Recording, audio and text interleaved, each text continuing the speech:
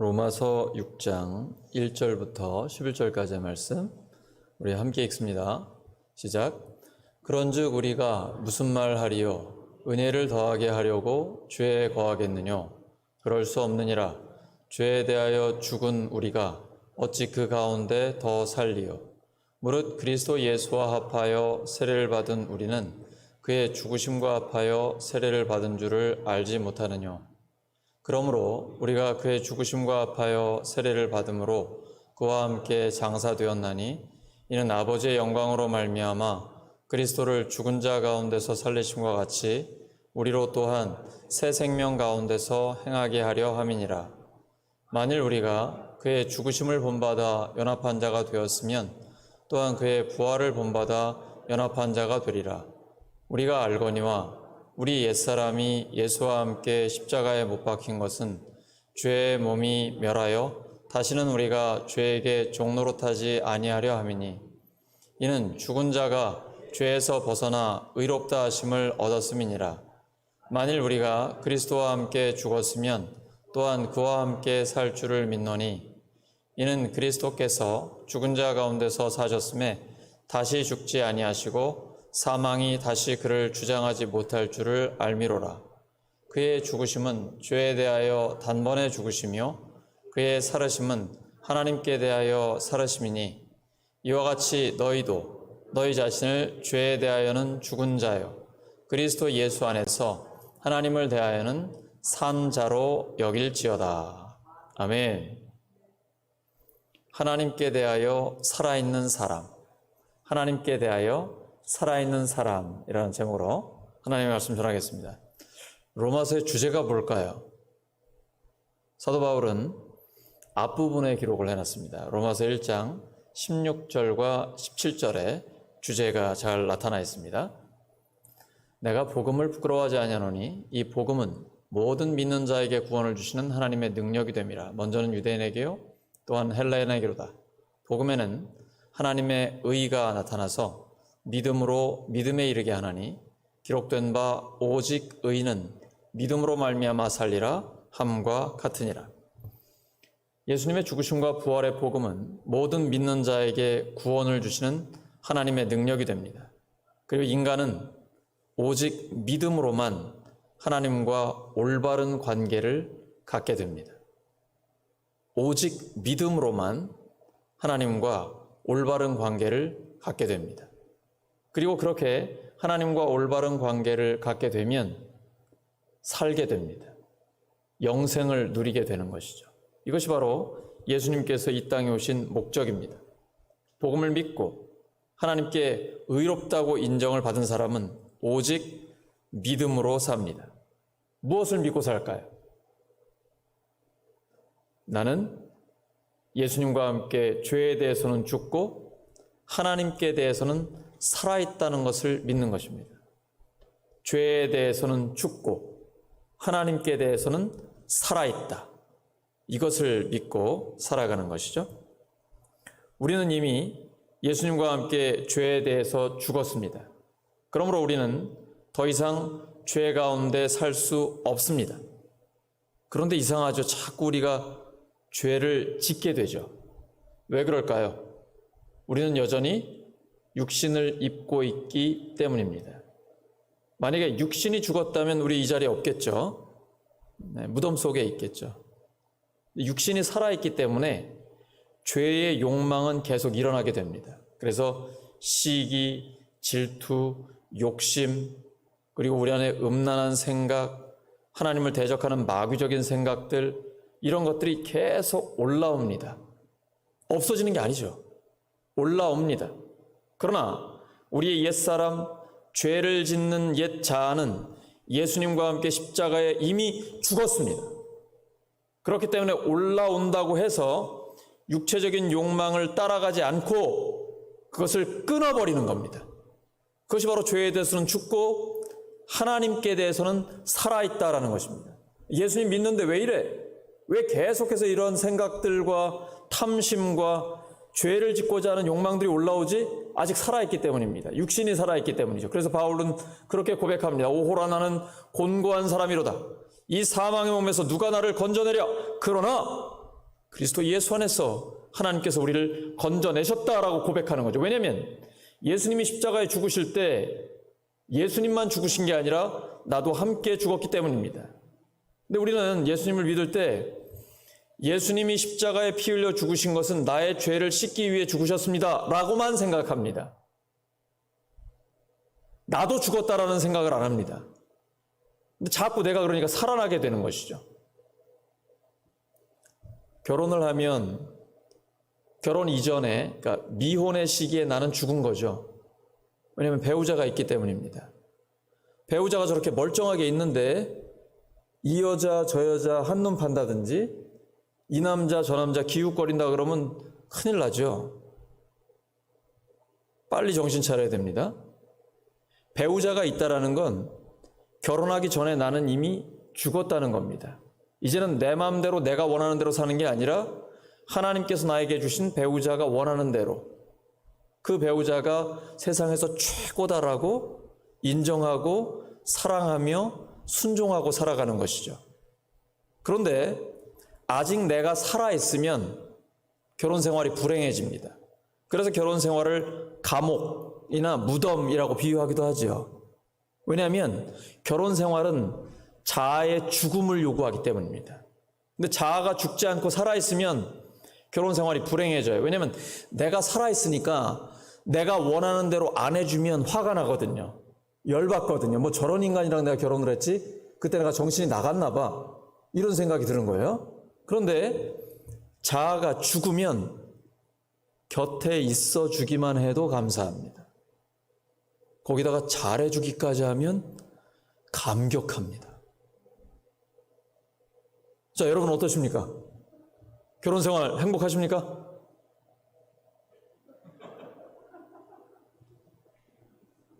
혹시 선뜻 대답이 안 나온다? 그러면 아직 내가 자아가 살아있다라는 겁니다.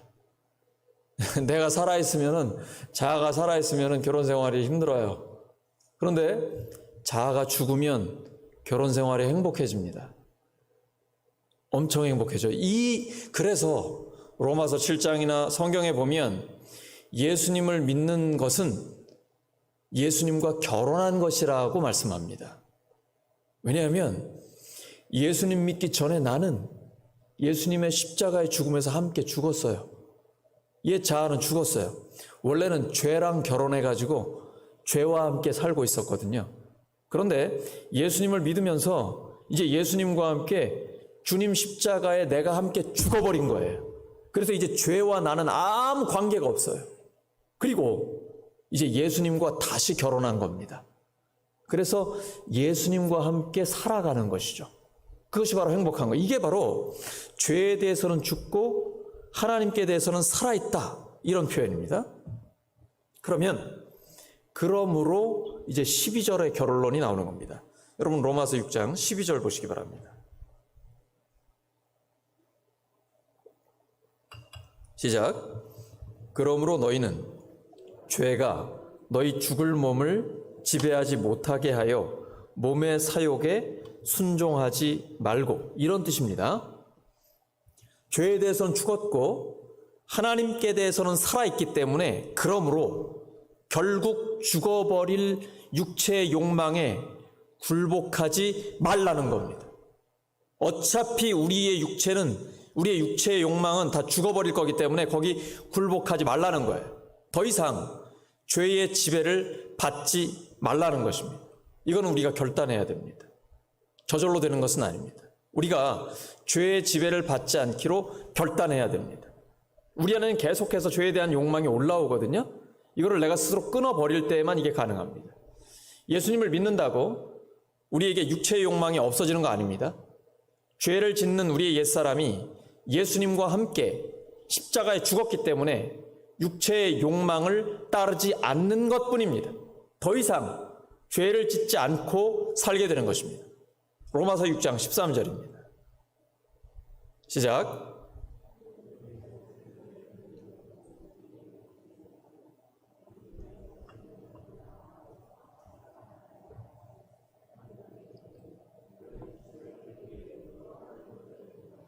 이것은 우리가 해야 되는 겁니다. 가만히 있는다고 하나님께 의의 무기로 쓰임받을 수 있는 건 아닙니다. 이제는 우리가 죄의 도구로 쓰임받는 것을 끊어버려야 돼요. 그리고 적극적으로 하나님께 쓰임받을 수 있도록 나를 드려야 됩니다. 내 시간, 내 물질, 나의 열정, 나의 젊음, 내 모든 것을 하나님께 올려드리면 그때부터 하나님께서 사용해 주십니다. 우리 지체가 하나님을 위한 정의의 도구로 쓰임받기를 소망합니다. 하나님께 의의 무기로 쓰임받기를 소망합니다. 구체적으로 말하면 계속해서 영혼을 구원하고 제자들을 양육하며 하나님 나라의 아름다움을 드러내는 것입니다. 우리의 모든 삶의 자리에서 말입니다. 아무리 어려운 코로나19의 상황이라도 새 가족들이 계속해서 구원받는 역사는 일어나게 됩니다. 그리고 코로나19는 많은 사람들의 신앙을 침체하게 만들었습니다. 그러므로 여러분은 관심을 갖고 그들을 위해 기도하고 그리고 적극적으로 목회자들에게 연락을 주셔서 신방이 필요하면 함께 만나고 어떻게든 신앙을 회복시킬 수 있도록 여러분이 적극적으로 도와주셔야 됩니다. 신앙생활은 나만 이 땅에 편안히 살다가 죽으면 천당 가는 게 다가 아니잖아요. 우리가 사명이 있기 때문에 아직 이 땅에 남겨두신 것입니다. 그러므로 주변에 관심을 가지시고 계속해서 장기 결석자들이 돌아오게 하시고 잃어버린 양을 찾게 하시고 새 가족들, 전도 대상자들이 구원받는 역사가 있도록 우리가 함께 관심을 갖고 함께 기도하고 힘쓸 때 하나님께서 그 열매를 계속해서 주실 줄로 믿습니다. 그러므로 14절에 보시면 우리는 율법 아래 있지 않고 은혜 아래 있기 때문에 죄가 우리를 다스릴 수 없다라고 성경은 선언하고 있습니다. 죄가 우리를 다스릴 수 없습니다. 따라하시죠. 죄는 우리를 다스릴 수 없습니다. 다시 한번요. 죄는 우리를 다스릴 수 없습니다. 오늘 본문 6절에서 분명히 말씀하고 있습니다. 예수님과 함께 죽은 것은 우리의 옛사람입니다. 죄의 종 노릇하는 우리의 옛사람이 죽은 것입니다. 내 자아는 십자가에서 예수님과 함께 죽었습니다. 이걸 믿어야 됩니다. 죽을 것이다. 죽어야지가 아니고 이미 죽었습니다. 세례 받은 사람은 그 신앙 고백을 가지고 죽은 것입니다. 우리가 세례라는 것이 물에 사는 장례의식입니다.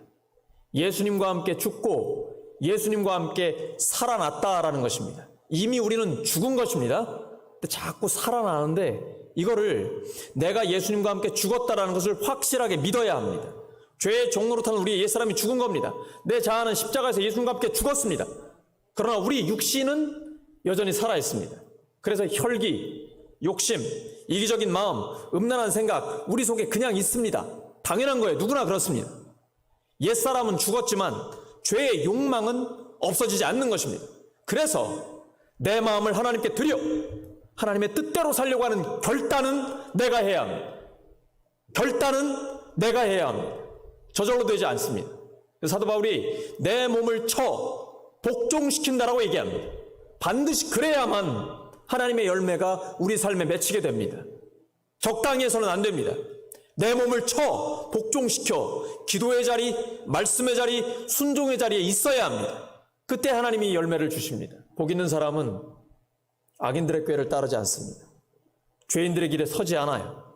오만한 자들의 자리에 앉지 않습니다. 오직 여호와의 율법을 즐거워하여 그 율법을 주야로 묵상합니다. 그는 시냇가에 심은 나무처럼 시절을 따라 열매를 맺게 되고 그 잎사귀가 마르지 않는 싱싱함, 생명력이 넘치는 신앙생활을 하게 됩니다. 악인은 그렇지 않습니다. 바람에 나는 겨와 같아요. 가볍고 조금만 힘든 일이 있어도 그냥 날아가 버립니다. 하지만 의인은, 하나님이 인정하시는 의인은 흔들림이 없습니다. 왜냐하면 하나님이 우리와 함께 하시기 때문입니다. 고린도전서 9장 27절입니다. 시작.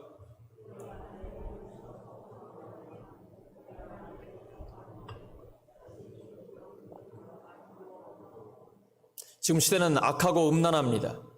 조금만 조심하고 우리가 방심하게 되면 쉽게 넘어지거나 유혹에 넘어가기 쉽습니다. 다시 죄의 길로 들어가기 쉬워요. 죄에 대해서는 죽고 하나님께 대해서는 살아있다. 내 몸을 쳐 복종하여 죽기까지 하나님 앞에 신실한 자로 남아있을 때에 끝까지 하나님 앞에 쓰임받을 수 있습니다. 그리고 마지막에 하나님께 칭찬받을 수 있는 것이죠. 죄의 종 노릇하는 우리 옛사람은 예수님과 함께 십자가에서 죽었습니다. 이것은 큰 의미가 있습니다. 우리 속에 육신의 욕망은 여전히 존재하지만 더 이상 육신의 욕망에 종노릇하지 않는 것입니다. 다시 한번요.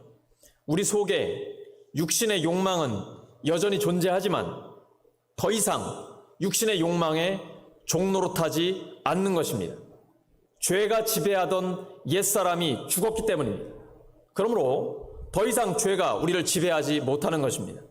죄가 우리를 지옥으로 끌고 갈 수도 없고 다시 죄짓게 할 수도 없습니다. 이제는 예수님의 생명으로 사는 새로운 사람이 되었기 때문에 죄가 우리를 어떻게 할 수 없습니다.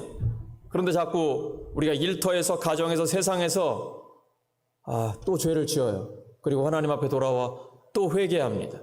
그럼 하나님이 용서해 주십니다. 근데 이걸 반복하는 것은 하나님도 기뻐하지 않으시고 우리에게도 유익하지 않습니다. 누가복음 15장에서 예수님께서 두 아들의 비유, 우리가 소위 탕자의 비유를 말씀해 주셨습니다. 그러면 둘째 아들은 아빠의 유산을 가지고 호랑방탕 다 쓰고 죄짓고 그 다음에 돌아와서 회개하고 용서받습니다. 근데 이걸 계속 반복해요. 반복하면 하나님은 다 용서해 주시고 품어주시긴 합니다. 그런데 그러라고 그 말씀 주신 게 아닙니다. 이제 그만. 주님께서는 이제 됐어. 탕자는 거기까지. 이제는 제발 정신 차리고 짧은 생에 얼마 안 남았다. 주님 곧 봐야 돼. 하나님의 간절한 마음이 우리에게 있는 거예요. 얘야 이제 그만 정신 차려. 그래서 그 말씀을 주셨어요. 개가 토한 것을 또 삼키는 것처럼 죄짓지 말라는 거예요. 이제 그만. 너는 죄에 대해서 죽었고 하나님께 대해서 살아있다 라고 성경은 선언하고 있습니다. 그것이 우리의 존재입니다. 죄에 대해서는 죽었고 하나님께 대해서는 살아있다. 적극적으로 하나님 영광 위에 살아가라는 거예요. 언제까지 탕자 노릇 계속 하겠는가? 언제까지 죄짓고 회개하고 죄짓고 회개하고 토하고 또 먹고 토하고 또 먹고 그만 반복하라는 거예요. 이제는 그만. 그리고 이제 정신 차려 깨요. 기도하여 남은 생에는 그런 일을 반복하지 말고 하나님의 영광을 위해 함께 살아가라는 것. 그것이 우리를 향한 하나님의 간절한 마음입니다. 젊은 날에 창조주를 기억하라. 우리 어르신들께 여쭤보세요. 신앙의 선배들께. 먹고 마시고 놀고 누리고 소유하고 마음껏 다 한 게 그게 어떤 의미가 있는지. 연세 드신 분들은 다 알아요. 헛되고 헛되며 헛되고 헛되니 모든 것이 헛되도다. 그러나 전도서의 기자는 젊은 날에 창조주를 기억하라 라고 말하고 있습니다. 그리고 가장 의미 있는 일에 기뻐하며 의미 있는 삶을 살아가라. 그것이 가장 가치 있고 죽는 날까지 후회 없는 삶이라고 특별히 젊은이들에게 하나님은 말씀하고 계십니다. 하나님께서는 우리의 삶을 가장 가치 있고 의미 있게 살기를 소망합니다. 그렇게 살 때 평생 하나님의 다스리심을 받고 삽니다. 내 뜻대로 살지 않고 하나님의 뜻대로 사는 것입니다. 성경은 그리스도인들이 그렇게 살 수 있다라고 말씀하고 있습니다. 우리에게 육신의 욕구는 여전히 있지만 우리는 육신대로 살지 않습니다. 이제는 예수님께서 우리의 주인이시기 때문입니다. 이것이 바로 우리의 자아가 죽었다고 하는 것입니다. 그리고 하나님께 대하여 살아있는 것, 그것이 바로 그리스도인의 삶입니다. 자아가 죽었다는 것은 이제 육신이 이끄는 대로 살지 않는다는 것입니다. 그냥 텔레비전 보는 대로 그냥 내가 하고 싶은 대로 이렇게 끌려가는 게 아니에요. 전에는 육신의 종노릇하며 살았습니다. 내 혈기대로, 내 감정대로, 내 생각대로, 내 계획대로, 내 마음대로 살았습니다. 그런데 그것이 예수님과 함께 죽었습니다. 나의 옛사람 죽었습니다. 이제는 육신이 하자는 대로 살지 않고 주님이 하자는 대로 하는 것입니다. 이런 사람이 죄에 대해서는 죽고 하나님께 대해서는 살아있는 사람입니다. 바울은 강력하게 권합니다. 오늘 본문 11절입니다. 로마서 6장 11절입니다. 로마서 6장 11절 시작.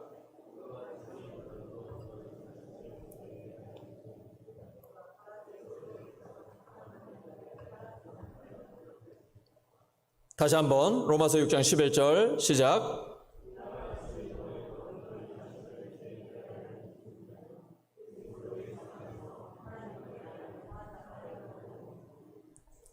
우리 안에 죄의 욕망이 일어납니다.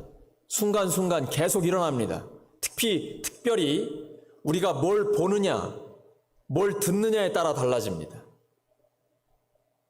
견물생심이라고 그러죠. 보면 마음이 생기게 되어 있습니다. 그러니까 보는 것과 듣는 것을 조심하셔야 됩니다. 여러분이 아무리 거룩하게 살고 싶어도 죄된 것을 보고 악한 것을 듣게 되면 그런 마음이 일어나게 되어 있습니다. 그러므로 보는 것과 듣는 것을 다스려야 합니다. 그건 목회자도 성도도 예외가 없습니다. 육신 안에서 우리가 죄의 욕망이 일어날 때 담대히 외쳐야 됩니다. 더 이상은 속으면 안 됩니다. 나는 이미 십자가에서 예수님과 함께 죽었다. 나는 이미 죽었다. 한번 따라하시죠. 나는 이미 죽었다. 나는 이미 죽었다. 옆 사람 축복해 주시기 바랍니다. 당신은 이미 돌아가셨습니다.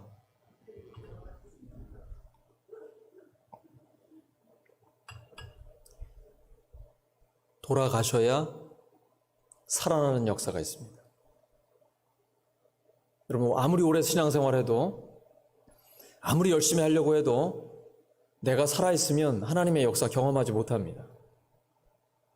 내가 죽어야 됩니다. 근데 성경은 내가 이미 죽었다라고 기록하고 있습니다. 이미 죽은 것을 믿음으로 받아들이는 겁니다. 그러면 더 이상 죄는 우리를 지배할 수 없습니다. 이제부터는 말 한마디를 해도 그리스도 안에서 해야 합니다. 왜냐하면 내가 그리스도 안에서 죽고 그리스도 안에서 살아났기 때문입니다. 말 한마디, 어떤 결정과 행동 하나를 할 때도 그리스도 안에서 해야 합니다. 한 사람만 그렇게 변화가 돼도 가정이 예수님의 가정이 됩니다. 교회가 예수님의 교회로 확 변하게 됩니다. 우리의 일터와 모든 삶의 자리가 하나님의 나라로 변화가 됩니다. 내가 바로 그런 사람이 되기를 소망합니다. 죄에 대해서는 죽고 하나님께 대해서는 살아있는 사람이 바로 내가 되기를 원합니다. 그러면 내가 들어가는 그 자리가 하나님의 나라가 되는 것입니다. 요한복음 12장 24절입니다. 미랄의 비유죠. 요한복음 12장 24절 시작.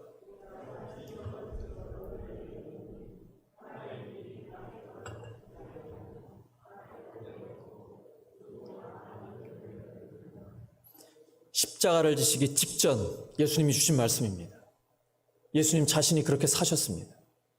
예수님 한 분이 돌아가시자, 그리고 부활로서 완전한 승리를 이루자 모든 사람이 구원받았습니다. 이제는 우리가 할 차례입니다.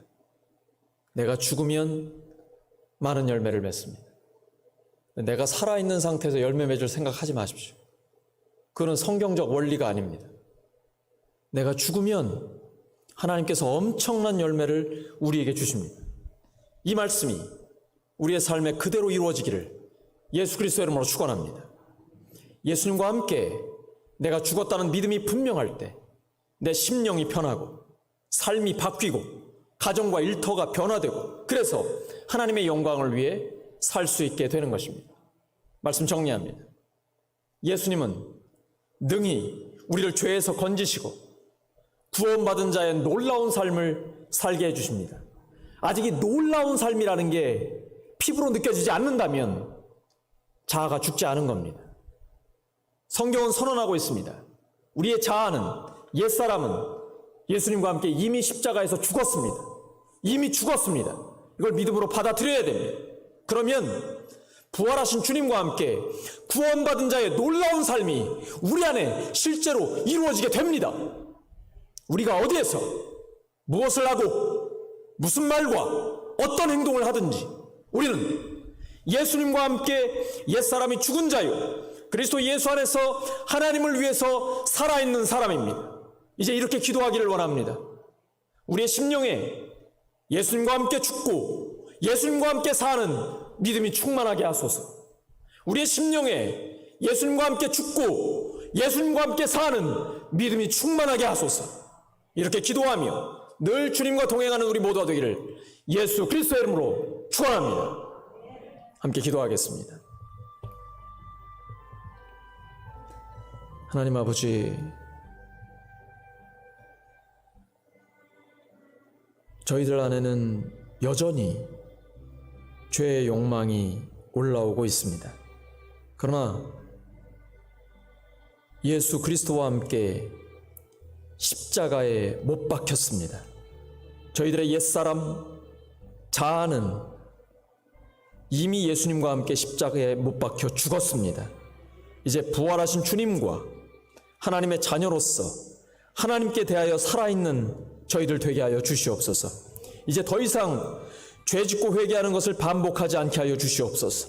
그리고 하나님께 대하여 살아있어 의의 무기로 하나님의 정의의 도구로 쓰임받게 해 주시옵소서. 계속해서 영혼들을 구원하고 제자들을 양육하며 하나님 나라의 아름다움을 드러나게 해 주시옵소서. 그래서 저희들이 있는 그 삶의 자리마다 놀라운 변화의 역사가 일어나게 하여 주시옵소서. 이 시간 함께 기도합니다. 나라와 민족을 위해서, 교회를 위해서, 특별히 몸과 마음이 아픈 연약한 우리 형제 자매들을 위해서 이제 신효철 전도사가 합류했습니다. 우리 목회자들 동역을 위해서 하나님 나라를 위해 함께 쓰임받게 하여 주시옵소서. 그리고 우리의 가정, 우리 다음 세대들, 잃어버린 양들, 장기 결석자들, 새가족들, 우리가 가지고 있는 모든 기도의 제목 하나님 앞에 간구할 때, 예수 그리스도 이름으로 기도할 때 응답하신다는 확신 가지고 주여 한번 부르고 담대하게 나아갑니다. 주여